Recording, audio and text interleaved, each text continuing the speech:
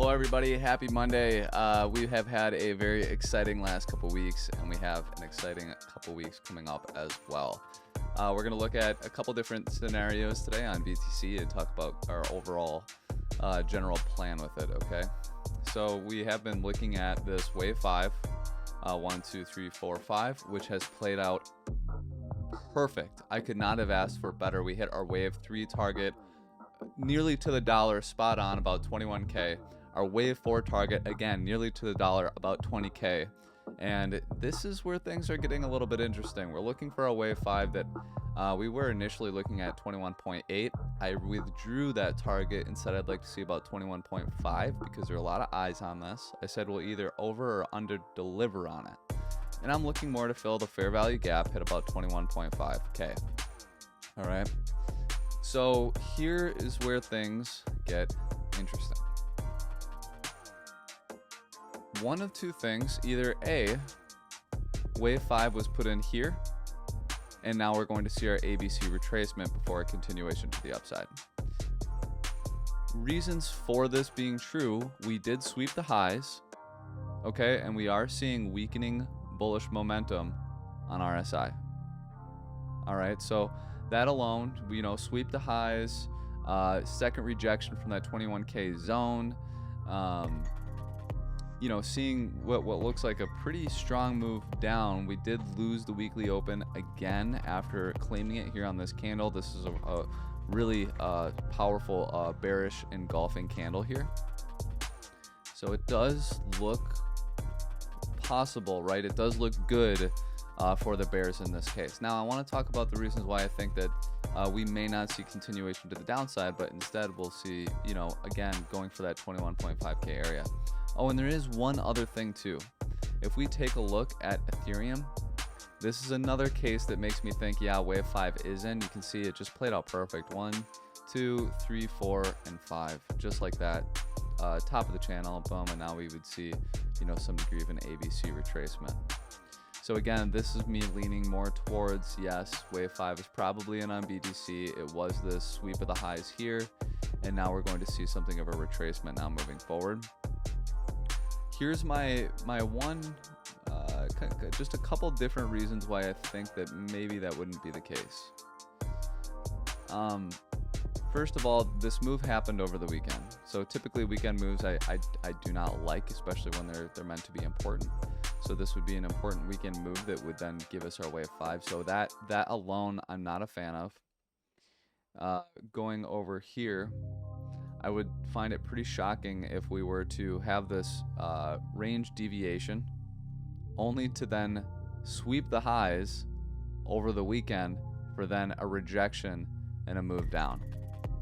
To me, that just, it doesn't really add up for me. What would add up, on the other hand, and two, we have to keep in mind, today's the monthly close. It's, in my opinion, it's very important that the monthly does close above our key level here, above this channel. Okay, I do think that that's important. I just in general, especially like above, 20.1K, 20K in general, I think is important for that monthly close. So let's look at a couple different possibilities and things to keep an eye on. And ultimately, they all boil down to this 4-hour candle here that we're seeing. We have potential for bullish divergence on H4. Now, if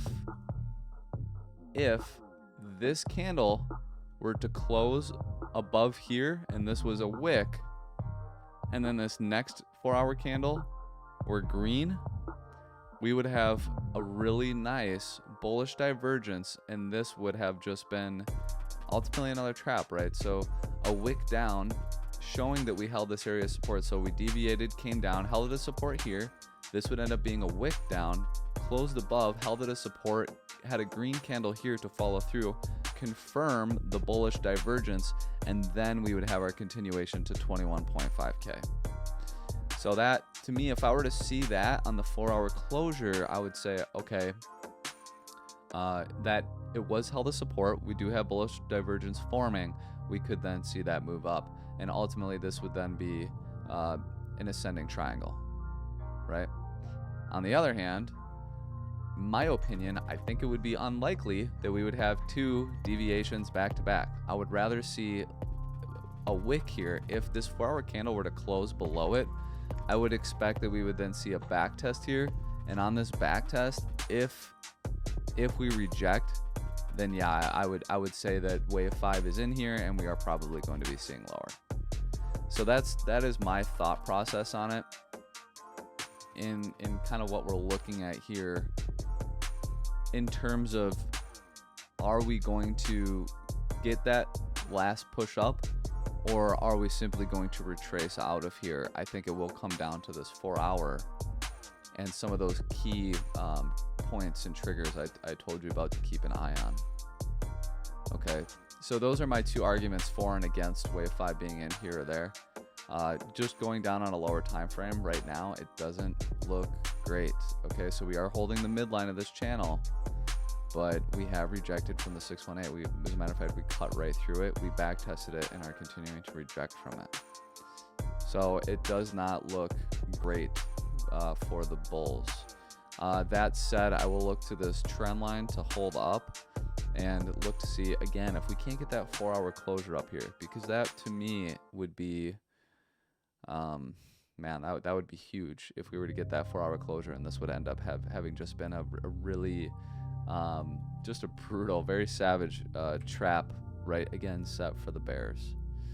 But otherwise, you know, like I said, with the weakening bullish momentum, the wave 5 being put in very nicely on Ethereum, this is, you know, we are beginning to look like it could be in here. So we'll have to play it by ear and just see how that all happens.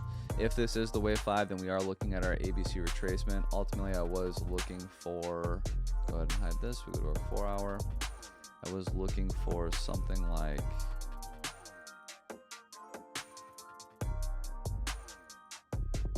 this from up here, but then of course we would move this down here and we would end up seeing some kind of a retracement like this, right? You know, maybe to here and then back up and then further down, right, is what we would end up seeing. And then from here, ultimately, this is, you know, a larger impulse wave up, so it would end up being something like this instead of higher up. So we'll just have to take it, you know, day by day here. We do have a lot of stuff coming up this week and the next week, especially the FOMC meeting this Wednesday, so we are expecting a lot of volatility. I'm going to keep an eye on this 4-hour. Again, like I said, I think it's unlikely that we would have 2 back-to-back deviations.